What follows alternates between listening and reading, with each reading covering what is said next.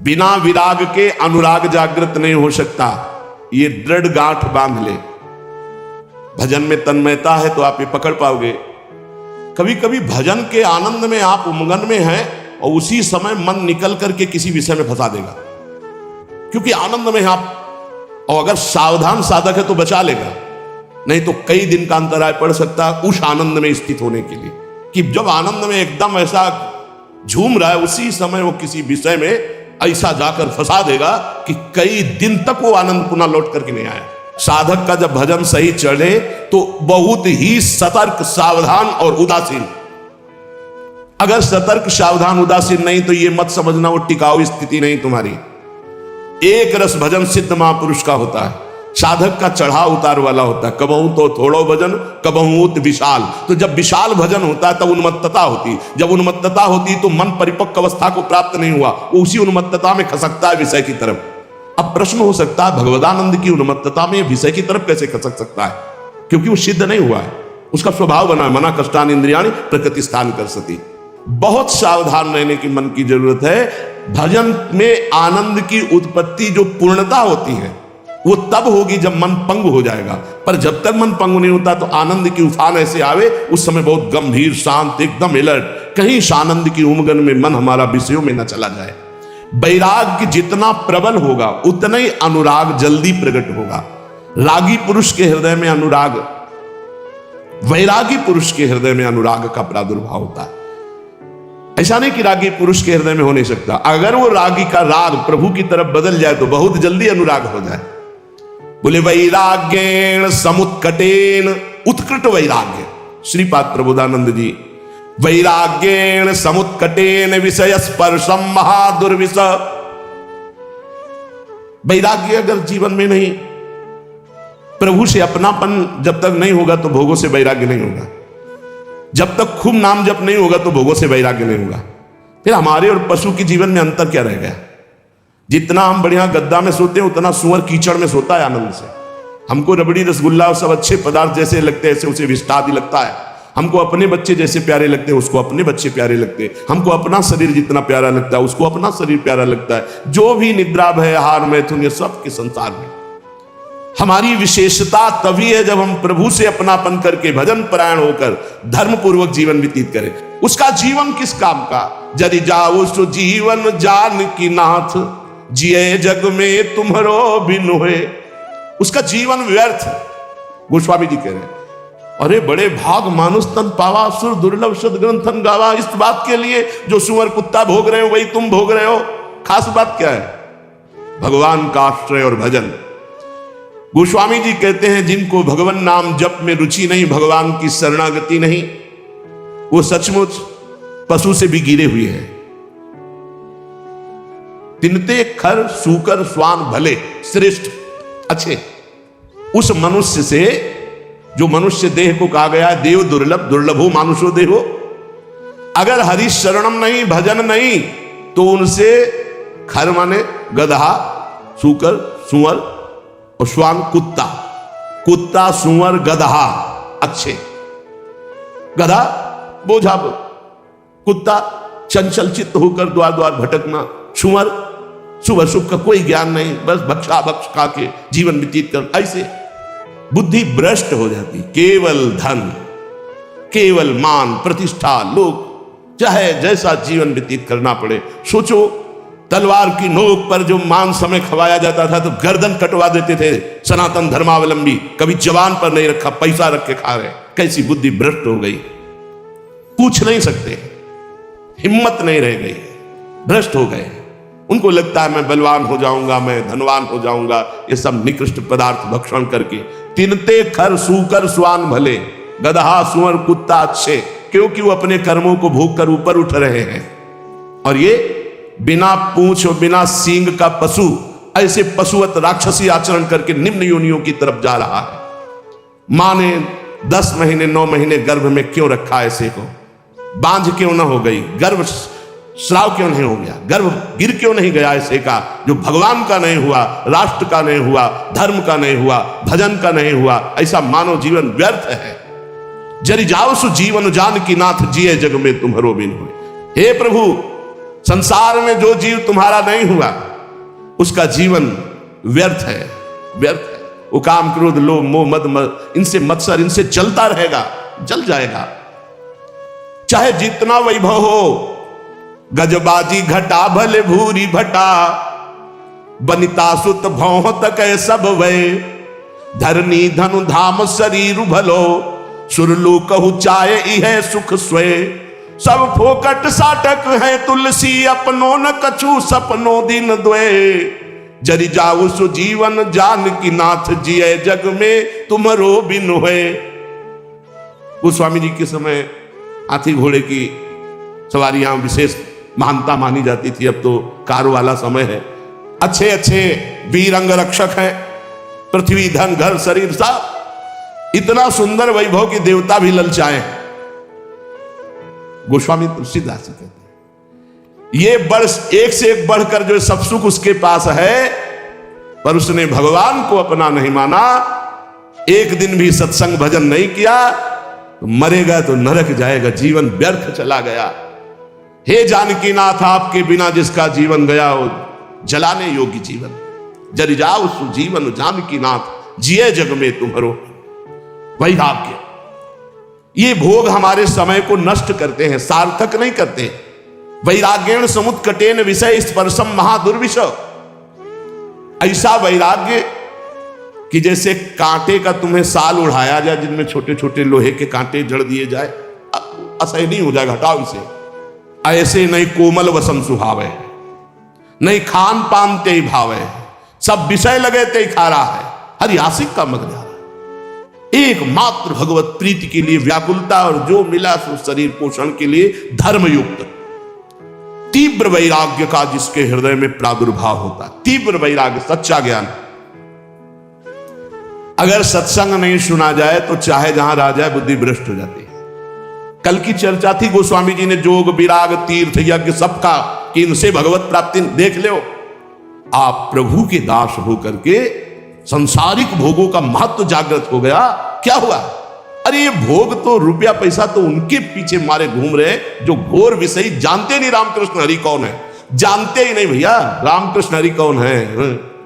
और एक कुबेर हैं जिनके यहां 9 निधियां, 8 सिद्धियां, संपत्ति ऐसे मारी घूमती है जैसे किसान के आगे गेहूं मारा घूमता है, ऐसे उनके यहां हीरा जवाहरात रतन सब कुबेर। ऐसे भगवान अनंतो कुबेर के स्वामी, क्योंकि अनंत ब्रह्मांड है, ये तो एक लोक के स्वामी कुबेर हैं। ब्रह्मांड निकाया निर्मित माया, रोम रोम प्रतिवेद कहे, तो हर ब्रह्मांड के कुबेर है। गर्ग संहिता में चर्चा आती है, जब ब्रह्मा जी गए और सखी से कहा कि प्रभु से कह दो ब्रह्मा जी आए, तो बोले कौन लोग के ब्रह्मा आए हो? बोले और भी है क्या? बोले लाइन लगी आओ तुम्हें दिखावे। तो दिखाया 1000 मुख वाले ब्रह्मा, 100 मुख वाले ब्रह्मा, ब्रह्म ही ब्रह्मा। तो बोले अपना पूरा परिचय बताओ। तो बोले जो भगवान वामन रूप धारण करके ब्रह्मांड कटाह से जिनके नाखून का हमने चरणामृत उतारा गंगा जल, हम वो ब्रह्मा। बोले हम आ रहे हैं, पता लगा। तब सखी गई, ब्रह्मा की लाइन लगी थी, ब्रह्मा की। अनंत ब्रह्मांड तो कितने कुबेर, और जब सब कुबेरों के यहाँ की, जिनके यहाँ संपत्ति पहुंचाती है जो, वो लक्ष्मी जी की सेविका है, और लक्ष्मी जी स्वयं भगवान की चरणदासी है। ऐसे भक्त होकर, ऐसी भक्ति का अवलंबन लेकर भला कोई ऐसा? इसीलिए जब तक भगवान का आश्रय भजन नहीं, बिल्कुल कोई भी हो, वो जीवन व्यर्थ है, कहीं भी हो। सच्ची मानिएगा, हृदय से कह रहा हूं, अगर नाम जप नहीं करोगे, भगवान का आश्रय नहीं लोगे, तो ऐसी हवा है माया की तुम्हें कोई नहीं बचा सकता। वो आपसे ऐसे आचरण, ऐसी क्रियाएं करा देगी जिस, अगर भगवान के आश्रित हो, चूक हो भी जाती है, निंदा हो भी जाती है, अपमान हो भी जाता है, तो एक शब्द याद रखो, नामे भक्ता प्रणश्यति। भगवान कह रहे मेरे भक्त का नाश नहीं हो सकता। रात न प्रभु चित चूक किए की, करत सुरत सैबार हिए की। चूक हो गई, भगवान संभाल देंगे, उनकी प्रबल प्रचंड माया है। वैराग्येण समुत्कटेन विषय स्पर्शम महादुर्विष। ऐसा असहनीय होना चाहिए वैरागी के लिए विषय, कि जैसे बढ़िया खीर बना के, बढ़िया मिठाई बना के रखे, कान में कोई आग कह दे इसमें विष मिला है, तो आप खा नहीं सकते। ऐसा दुर्विषय आपके लिए नाना प्रकार की भोग सामग्री होनी चाहिए भगवत प्राप्ति के लिए। ज्वालावत कलयन मनागपि नतई संगेन रंगम दधत। ये जितने मनोरंजन है सब आग के समान जलाने वाले लगने चाहिए। ये सब हमारी चित्त वृत्ति का अपहरण करके प्रभु से विमुख करने वाले नहीं। पाणो निश्च कपोलमश्रु सलिलै संचालयन राधिका कृष्णा पार कृपावधारण धरोध्यासी वृंदावनम। ऐसे बैठकर प्रभु का चिंतन करते हुए अश्रु प्रवाह कर रहा है, घोर वैराग्य से युक्त है, किसी विषय को विष के समान समझता है, कोई भी सुख मनोरंजन उसके लिए आग के समान जलाने वाला है। एकांत में बैठा हुआ हथेली पे कपोल रखे अश्रु प्रवाह करता हुआ हा राधा हा कृष्ण बार बार पुकार रहा है। और ऐसे भगवान के ध्यान में मगन जो है उसका जीवन धन्य है। चाहे वो वृंदावन में हो, चाहे वो किसी भी देश का वासी हो, कहीं भी रह रहा हो, जो भगवान के चिंतन में सुप्रवाह करके निर्विषय चित्त से भगवान के ध्यान में तन्मय है, धन्याति धन्य उसका जीवन है। नैवालोकित लोकवेद, ना हमें लोक में देखना है किसी की तरफ अवलोकन। ये कैसा है? आप सच्ची मानिए, जो भक्त होता है वो क्रियाएं नहीं देखता है, भक्त कारण तत्व को देखता है। इसका कारण क्या? ये जो क्रिया हुई इसका कारण क्या है? बड़े बड़े महापुरुषों ने ये देख के निर्णय किया है कि संसार में कोई भी प्राणी ऐसा नहीं है जो केवल दोष युक्त ही हो, उसमें गुण भी है। और कोई भी गुणी ऐसा नहीं भगवान और भगवान के प्रेमी भक्त के सिवा छोड़कर जिसमें दोष ना हो। पक्का जड़ चेतन गुण दोष में विश्व कीन करतार, नैवा लोकन मत देखो। जड़ चेतन गुण दोष में विश्व कीन करतार, संत हंस गुण गाहे पे परिहरिवारी विकार। जैसे दूध पानी को एक में मिला के रख दो, हंस जो है दूध पी जाएगा, पानी छोड़ देगा। पूरा चराचर जगत गुण दोष से मिला। जैसे शुद्ध सोने का आभूषण नहीं बनता, उसमें कुछ मिलावट होती, ऐसे ये शरीर पाप और पुण्य से बना है, गुण और दोष से मिश्रित बना है। किसी में दोषों की बाहुल्यता होती, गुण बहुत कम होते हैं, किसी में गुणों की बाहुल्यता होती, दोष बहुत कम होते। गंगा किनारे जब हम भ्रमण कर रहे थे घाट में, वहां बहुत संत जन रहते थे, अब तो खंडहर हो गया, अब संत जन वहां कुछ दिन रहे अकेले। पास में देखा कि 8-10 लोग राइफल लिए खड़े हैं और गंगा में खड़े होकर के वो आराधना 3-4 घंटे करता है।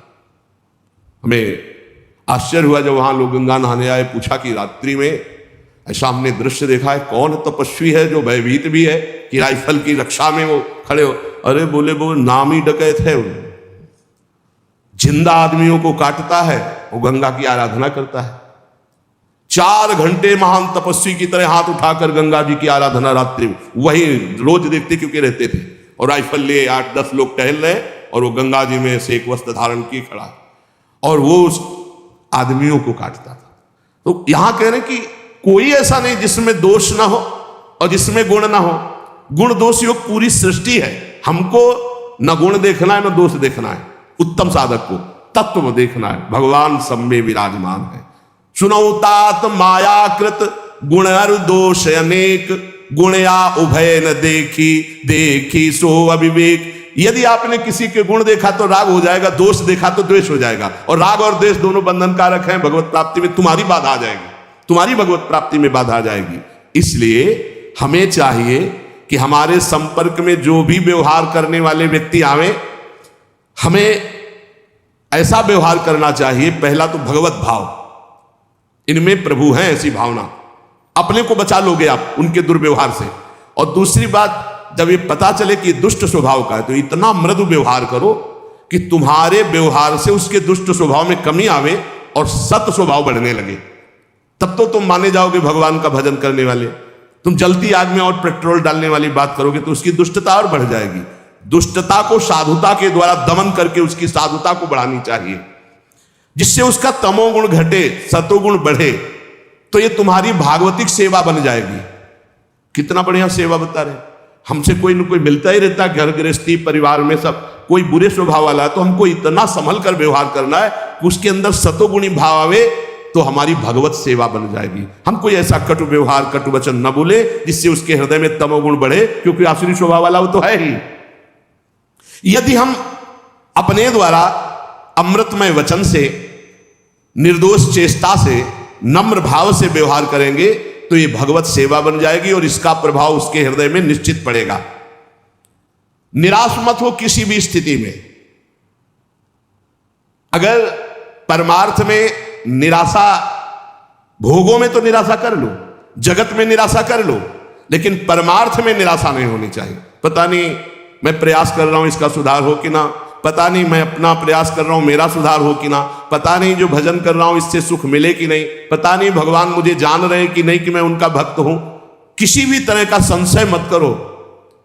परमार्थ में निराशा ठीक नहीं है और स्वार्थ में निराशा बहुत ठीक है। स्वार्थ में आशा ठीक नहीं है, व्यवहार में आशा ठीक नहीं, परमार्थ में निराशा ठीक नहीं। स्वार्थ में नैराश्यम परमम सुखम, आशा ही परमम दुखम, नैराश्यम परमम सुखम। और परमार्थ में निराशा ठीक नहीं है। नहीं भगवान मिलेंगे, नहीं मैं सब दोषों पर विजय प्राप्त करूंगा, नहीं मैं प्रयासरत हूं इसका परिवर्तन निश्चित होगा, नहीं जो अभी परिस्थिति चल रही इस परिस्थिति का परिवर्तन करके रहूंगा, ये आशा इधर ठीक है और भोगों की तरफ निराशा ठीक है। यदि हमारे हृदय में निराशा आ गई परमार्थ से तो फिर पतित हो जाएंगे। निराशा ना आने पावे भगवत मार्ग में। किसी भी स्थिति में अगर निराशा आ रही हो तो फौरन किसी संत महात्मा से मिलो। जैसे मोबाइल की बैटरी डिस्चार्ज हो जाती है तो चार्ज करना पड़ता है ना, तो कभी कभी माया के ऐसे संग मिलते हैं जिससे हमारा परमार्थ खो जाता है, हमारे अंदर हीन भावना आने लगती। हमें तत्काल किसी महापुरुष का चरित्र पढ़ना चाहिए, किसी महापुरुष के समीप जाना चाहिए, तो हमारे हृदय में एक नवीन उत्साह बढ़ेगा और हमारा परमार्थ संशय रहित हो जाएगा। सठ सुधरे सतसंगति पाई। बड़े से बड़े दुष्ट साधु संग से सुधर जाते हैं। हमें प्रयास रखना चाहिए हमारे आसपास जो वातावरण दुष्टता का हो तो निराश ना उसे सुधारने का प्रयास करे, और ना सुधरे तो भगवत भाव कर ले, अपना भाव न बिगड़ने पावे। मनुष्य जीवन बहुत दुर्लभ जीवन है, पर इसमें सबसे ज्यादा घाटा है कि कोई ठिकाना नहीं कब तक जिएंगे, कभी भी मर सकते। दुर्लभो मानुषो देहो पर देहिनाम क्षणभंगुरा, एक क्षण में नष्ट हो जाने वाला है। देहिनाम क्षणभंगुरा, किसी भी क्षण, जैसे पानी का बुलबुला है कभी फूट सकता है, जैसे पत्ते में लटकती हुई बूंद कभी टपक सकती है, जैसे अंजुली का पानी कभी खत्म हो सकता है, चाहे जितना कस के बांधो। संसार को मोह माया ने फंसा करके भगवान से विमुख कर दिया, और ये मानव जीवन भगवत प्राप्ति के लिए मिला। जिसको सत्संग मिल गया अब निश्चित हो गया उसे भगवत प्राप्ति हो जाएगी। बस सत्संग छोड़ना नहीं, सत्संग पकड़े रहना।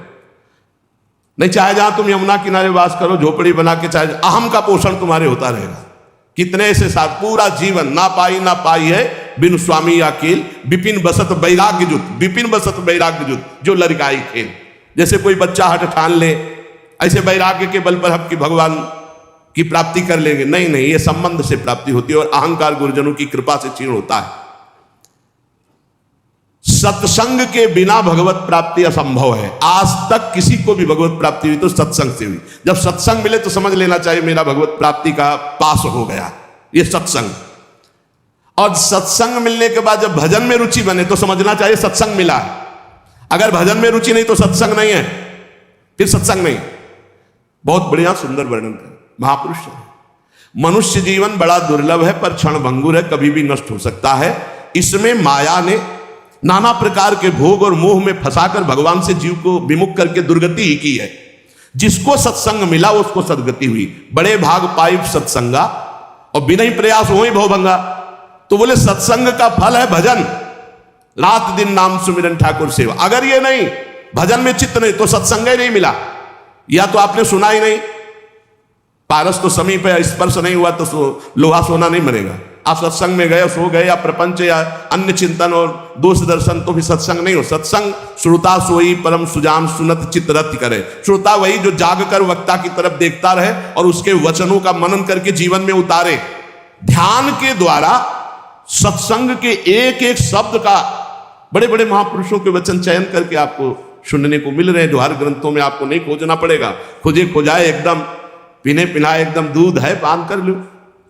सब दोषों का नाश सत्संग से हो जाता है, सब दोषों का नाश। रोज अपनी कमी महसूस होती है सत्संग में, रोज ऐसा लगता है सत्संग मेरे लिए ही हो रहा है। सच्ची बात मानिए, अपने लोग जो सत्संग कथन श्रवण करते हैं तो रोज लग रहा है कि ये कमी तो मेरे में है, ये कमी तो मेरे में। संपूर्ण दोषों से रहित सत्संग कर देता है। संसार के ये भोग देखने में लुभावने सुहावने लगते हैं, लेकिन ये मीठे लड्डू जहर भरे हैं। कुछ नहीं, कुछ नहीं है, किसी भी भोग में कुछ नहीं। पूरा जीवन जो गृहस्थ धर्म से युक्त है, आप लोग बोलो आपके पास क्या मिला, पूरे जीवन में क्या मिला? क्या है तुम्हारे पास? है क्या तुम्हारे पास जो इस मृत्यु लोक से भगवत धाम ले जाओ? है क्या? वो नाम, वो परोपकार, वो भगवत सेवा, समाज सेवा। अगर नहीं तो कुछ नहीं है आपके जीवन में, कुछ नहीं। यदि आपने किसी भूखे को भोजन नहीं पवाया, पानी नहीं पिलाया, किसी बीमार की दवा नहीं कराई, पशु पक्षी की सेवा नहीं, भगवान का नाम जप नहीं किया, ठाकुर सेवा, समाज सेवा, तो क्या जीवन तुम्हारा? धिक्कार जीवन। कुछ भी हो, खाली हाथ वही अपने कुकर्म का बोझा, पाप की गठरी लेकर जाओगे। अतएव विचारवान संतों के अनुभवयुक्त वाणी का सत्संग जो सुनो, उसे बिल्कुल अक्षरशः अपने जीवन में उतारो। विषय पंख में बूढ़त भोरी। स्वामिनी जी, हम तो विषय रूपी दलदल में डूब रही हैं, निकलना भी चाहे तो दलदल में और धसना होता है, अब आप निकाल दो।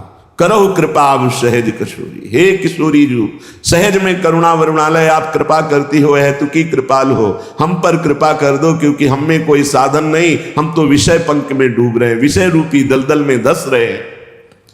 जहां देखो तो भूरी सखी आकांक्षा करती हुई पाई जाती है। तो क्या भूरी सखी को श्री जी मिली नहीं क्या?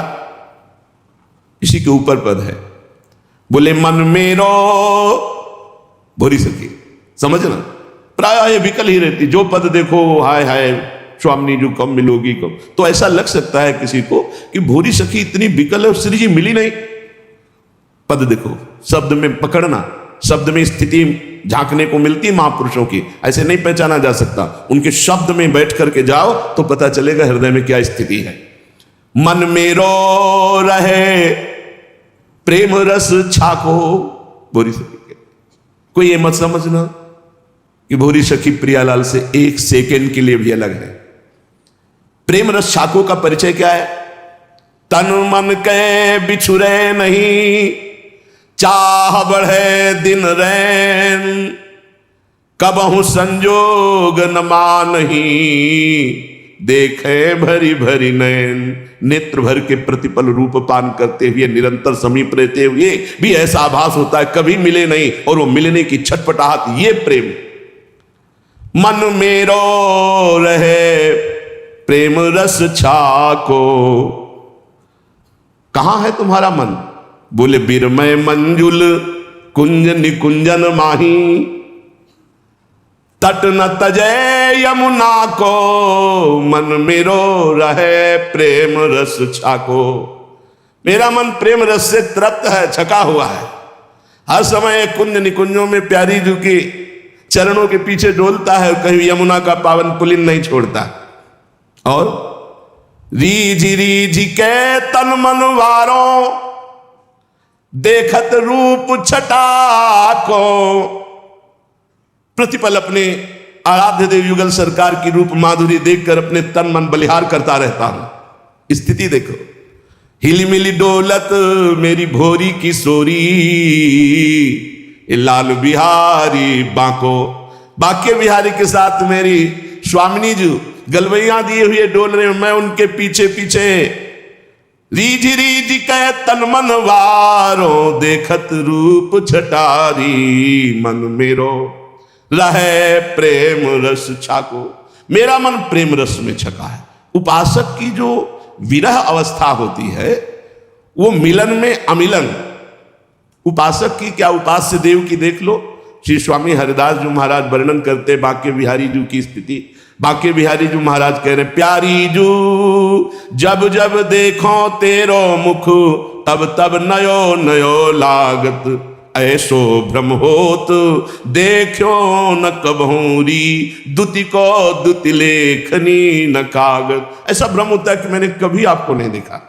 यद्यपि अनसन पर भुज दिए बिलोकत, इंदु बदन विभियोर, करत पान रस मत परस्पर लोचन त्रसित चकोर। प्रतिपल गलवैया दिए हुए एक दूसरे की चंद चकोर की भांति रूप माधुरी का पान करते रहते, फिर भी ऐसा लगता है दो आदिनांत विलास करें, तो लाल प्रिया में भई न चिन्हारी।